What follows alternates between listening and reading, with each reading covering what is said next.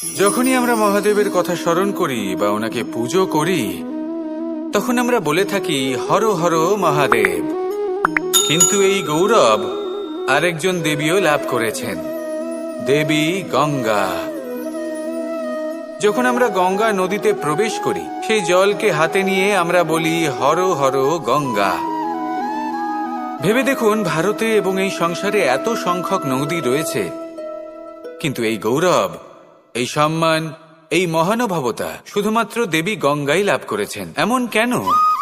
কারণ দেবী গঙ্গা যে স্থান থেকে প্রবাহিত হতে শুরু করেন সেই স্থান থেকেই এই সংসারের সিঞ্চন শুরু হয়ে থাকে। নিজের সঞ্জীবনী শক্তি দ্বারা উনি এই সংসারের মঙ্গল করেন। মানুষের অন্তরের সেই পাপ, নেতিবাচক বোধ, সেই মালিন্য উনি নিজের অন্তরে সমাহিত করেন, সেই মানুষের শুদ্ধিকরণ করেন। আর তার বদলে কি